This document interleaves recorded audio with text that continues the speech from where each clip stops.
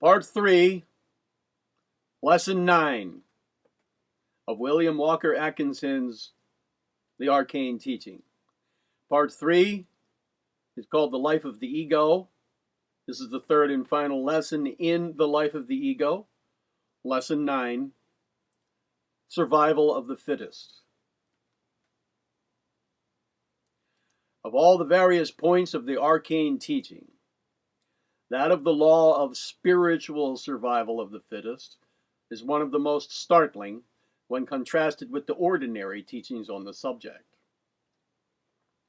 Many thinkers who freely admit the existence in nature of the law of physical survival of the fittest seem to find an idea of injustice in the correlated doctrine of the spiritual survival of the fittest, although the two are but correspondences on two several planes, following the law of analogy. When the teaching is examined in detail, it will be seen that not only does it conform to other manifestations of nature, but also is in strict accordance with the fullest equity and justice. Particularly is the absolute equity and justice of the law seen when it is perceived that the failure to survive of the personality of those lacking egohood is not the result of arbitrary fiat or dicta, but is the result solely of the desire and will of the entity or personality itself. The entity perishes and dissolves, not in spite of its desires and will, but because of them. The lowest forms of life perish almost immediately after the moment of physical death. It is true that even the very lowest creatures have an astral body, which survives the death of the physical body, but as all the desires of such creatures are bound up in their physical lives, they have nothing to live for after the physical body is destroyed.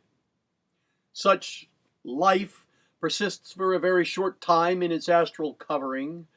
For desire fading away, the astral body dissolves into its original elements, and the entity perishes.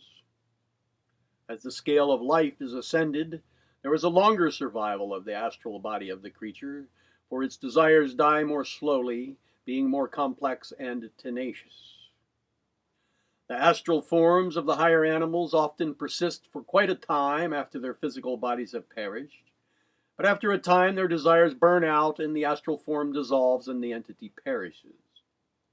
In the case of domestic animals who have become strongly attached to their human friends and who have absorbed something from the latter's love for and interest in them, the astral form often persists for years, finding great pleasure in being in the proximity of the human friends, although unseen. In this case, the desire for survival is strong, and almost reaches the phase of will. When the scale of man was reached by evolution, there was but little change in the manifestation of spiritual survival of the fittest, for primitive man was but a little more than an intelligent beast. When his astral form passed out of the physical body, it was like that of the beast. It found but little pleasure or satisfaction in life apart from the physical, for its desires were altogether along physical lines. It soon found that it had nothing to live for, and became filled with weariness, ennui, and dissatisfaction, and soon found comfort in the astral sleep which precedes astral death. After a few years, the entity perished because it had no desire to live without a physical body. And as surprising as the fact may be to many, it is true that the majority of persons today have advanced but comparatively little beyond the spiritual plane of the savage. Such people are so tied to physical manifestation and sensual gratification that life outside of the physical body soon wearies them and fills them with dissatisfaction. They set into motion the reversal of desire, the negative pole of the will to live, and accordingly there begins a slow process of astral weakening and loss of vitality, which results in dissolution and the final death of the entity. A writer reports such an entity as saying, in a communication from the astral plane, quote, The disembodied learn that the Hades of immortality is the lack of physical body. End quote. Lacking desire to continue disembodied life, and lacking the will of egohood to demand rebirth, the entity passes away gradually. Just as people in the physical body die for lack of interest, and because they have nothing left to live for, so do disembodied entities on the astral plane likewise die because they have nothing to live for. Having failed to develop egohood during physical life, they have nothing left to survive after the dying away of the body of desire. It is true that in rare cases, extreme love for and by some person possessing egohood may develop the seeds of egohood in a disembodied entity on the astral plane and cause it to seek rebirth. And likewise, some entities develop egohood in the astral world through instruction from others more advanced than themselves. There is a great difference between the will to live of the strong-willed ego and the desire to live again in the same personality, which is the only desire possible to these people who have not developed egohood or individuality. When one realizes the I am over and above personality, then the things of personality are left behind and the desire and will is simply to be. The entity in the bonds of personality, however, simply desires to be and remain what he was. His personality of John Doe, grocer, aged 48, behind his idea of being his idea of his self. This personality having perished, such an entity cannot find anything in itself to arouse the desire or will to persist as an I, independent of the old personality. There is no I in such a person. It is all me, and the me is the old personality. Try to grasp this distinction. Before proceeding further, it gives the key to the situation. It must not be understood that there is no future life awaiting these egoless people after they have passed out of the physical body. On the contrary, they have a more or less extended term of life on the astral plane, which yields them more or less satisfaction, but which must die out in time, because all the old desires have been lived out and outlived on the physical plane. See here the future lessons on the astral plane, upcoming. And there is nothing left to live for. Rebirth is not known to them. They cannot conceive of it, for they would think that they would in that case be some other person. And their love of their old personality shivers and shrinks at the thought of losing their beloved so-called self, with a small s. And so they repel all idea or desires in that direction. And as we have said, they are all me, with no I. The me always perishes sooner or later, the I alone being the real self.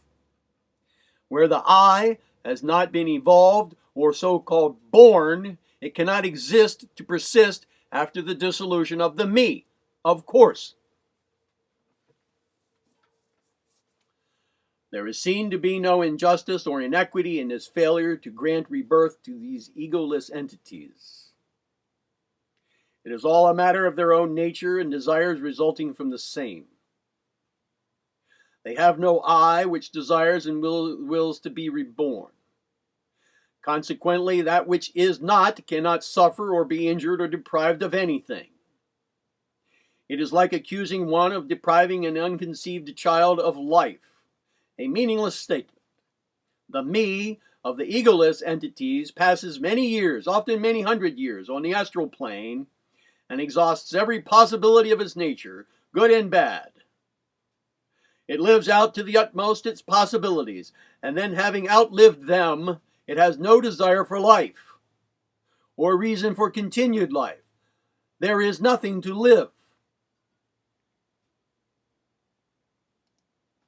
Therefore, the spiritual survival of the fittest is in perfect accord with exact equity and justice. Each Each gets that which his nature demands and desires. One cannot be robbed of that which is not his, and which he has not and never will have. All through nature, you may see correspondences on the physical plane of the truth that many are called, but few are chosen. Countless life forms are created, but few survive. The fish lay millions of eggs, but only a few fish reach maturity. Countless seeds are cast forth by the plant, but only one or two take root. This is a law of nature, and in its operation, the inequity is only apparent. For the law of balance is preserved. One cannot be robbed of what he has not. If one has not desires, he cannot be hurt by not having the result of desires. Place the savage in a palace and he dies broken-hearted. Restore him to his jungle and he is happy. Place the hungry wild beast in a cage and feed him well and you break his heart. Each craves his own. There is compensation and balance manifested on all planes of life. And now for a consideration of those who have attained egohood. Is their destiny and progress assured, you ask? Not at all. They have simply begun to climb the ladder of spiritual evolution. They will mount as far as their desire and will, not a step further. They may tire of the climbing and begin a retreat. The law of spiritual survival of the fittest has many phases, many planes, many stages. It is operative from first to last during the life of the ego. Let us suppose the case of an ego which has not as yet reached the plane of conscious rebirth. The ego dwells for many years on the astral plane. Again, see future lessons here on the astral plane. And lives out its personal desires and profits by its experience in so doing. For the I is there to learn and remember, for it has the faculty of egohood, that of, quote, standing aside and looking on at oneself, end quote. Gradually, the personal desires and ideas are outlived, and the essence of the experience is retained by the ego, the latter then feeling a sense of age and a need for rest. This is followed by the astral sleep, which sooner or later comes to all entities on the astral plane, but from which the egoless fail to emerge, and from which they are resolved into nothingness. But the ego, having an I above personality, has something to survive. And accordingly it is drawn into the channels of rebirth, according to the currents of attraction, and again finds a physical body, this time suited as nearly as possible to the requirements of its character. Then begins its new life on the physical, which may be long or short. Sometimes the new body is not found fully adapted to the growing requirements of the ego. Sometimes sickness or accidents cut short the new life, and sometimes the needed experience is gained quickly, and the ego again passes to the astral plane, there to enjoy a period of rest and spiritual growth and assimilation, which will be manifested in a new birth later on. But if the new life persists beyond childhood, the ego must progress in order to attain further stages of spiritual evolution. If it simply lives its old life over again, without reaching forward to greater attainment and knowledge, then it is dangerously near following into the attraction of the descending path, which will take it down the ladder, step by step, life after life, and which, unless the ego learns the lesson and again steps forward, will eventually cause it to lose its egohood and to become egoless, which means eventually dissolution. But these downward steps are not in the nature of punishment. They are simply stages of the law of sequence or cause and effect, proceeding along the lines of desire and will. These descending egos follow their desires just as much as do the ascending ones. It is not reward or punishment. In either case, it is simply cause and effect, and the path of desire. Desire is the great motive force. There are cases known of egos descending the scale to such an extent, drawn by their material, physical, and animal desires, that they have even descended to the scale of animals and eventually perished as entities, unless rescued by the love and affection of human friends who aroused in them the last flickering spark of spirit, and thus set them again upon the upward path. These cases, however, are very rare. Now, it must not be supposed, however, that all persisting egos are good. On the contrary, there are many persisting egos who are giants of evil, possessed of the sense of I, but filled with personal desires of material aggrandizement and selfish attainment, which makes them stand out above the crowd. But such, sooner or later, are taught their lesson and either change their natures or else sink to annihilation. For all real progress must lead toward the life of the One,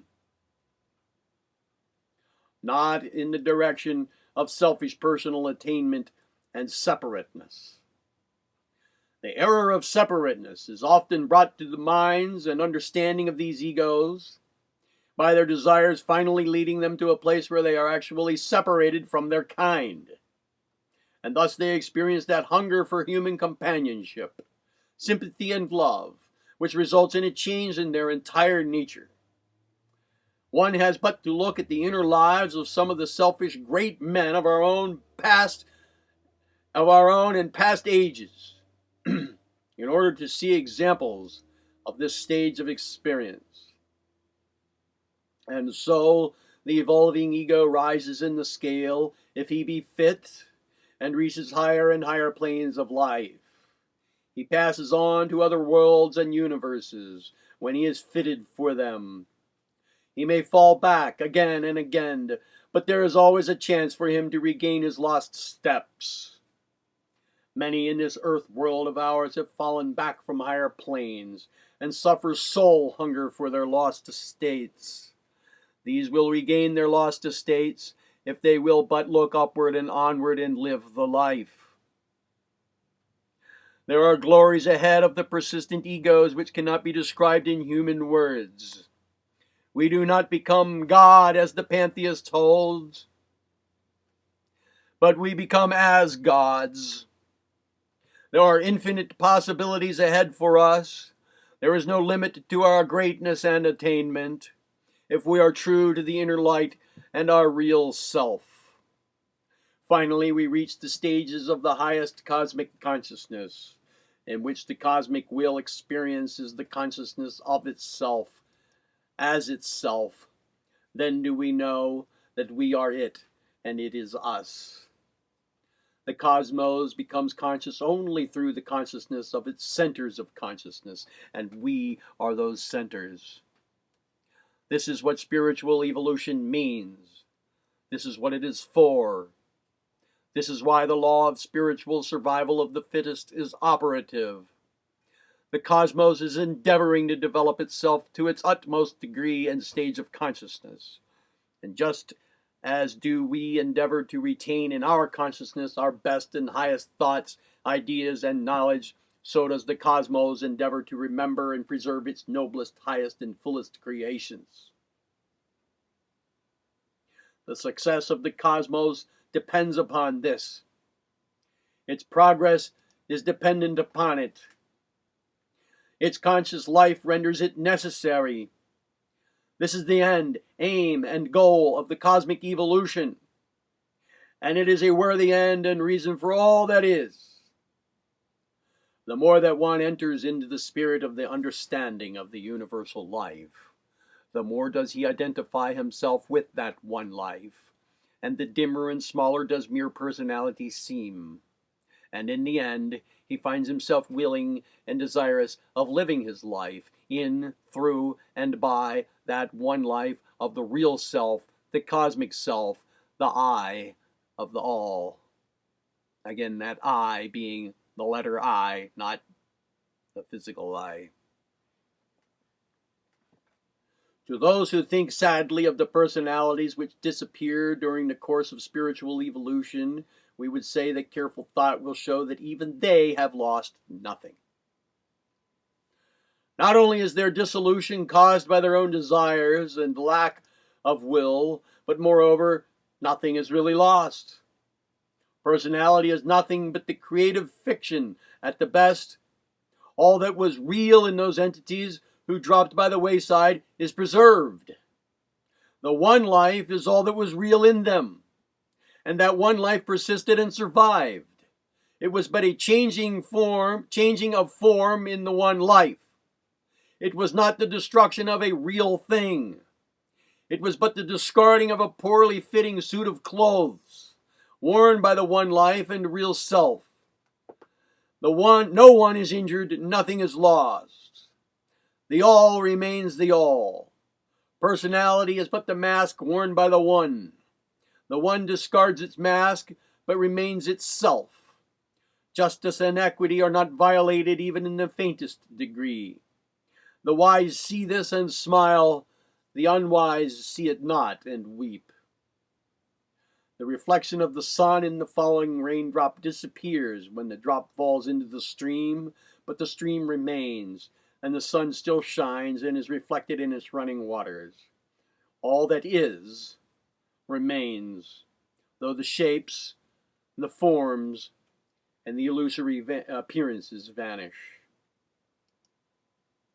The wise and thoughtful of all ages and races have recognized the illusion of personality and separateness. Men have endeavored to escape it in many ways.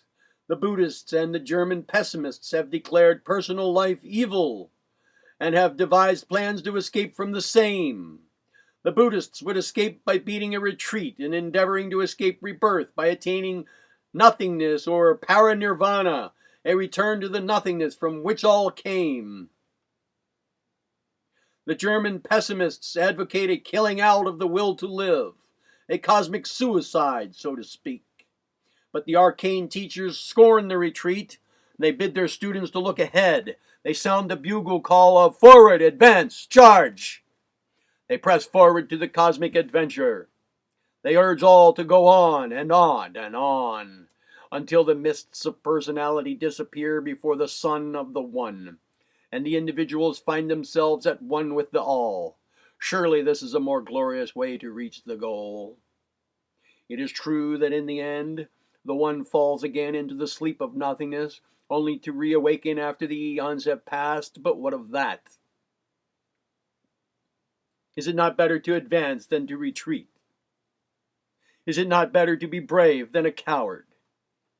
Not to speak of the infinite glories ahead of the advancing soul, is it not worthwhile to attain conscious one-ship with the all, rather than to deliberately choose the path of retreat into unconsciousness?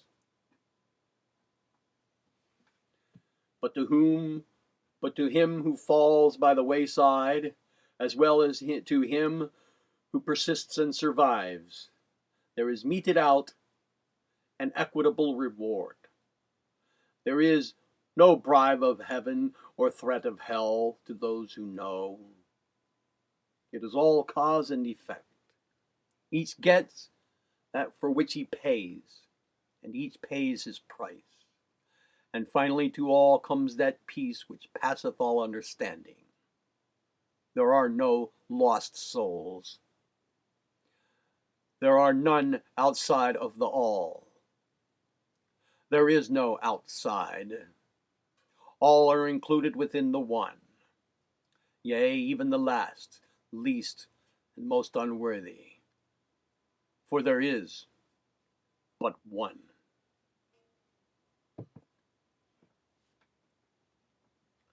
That is the end of this lesson.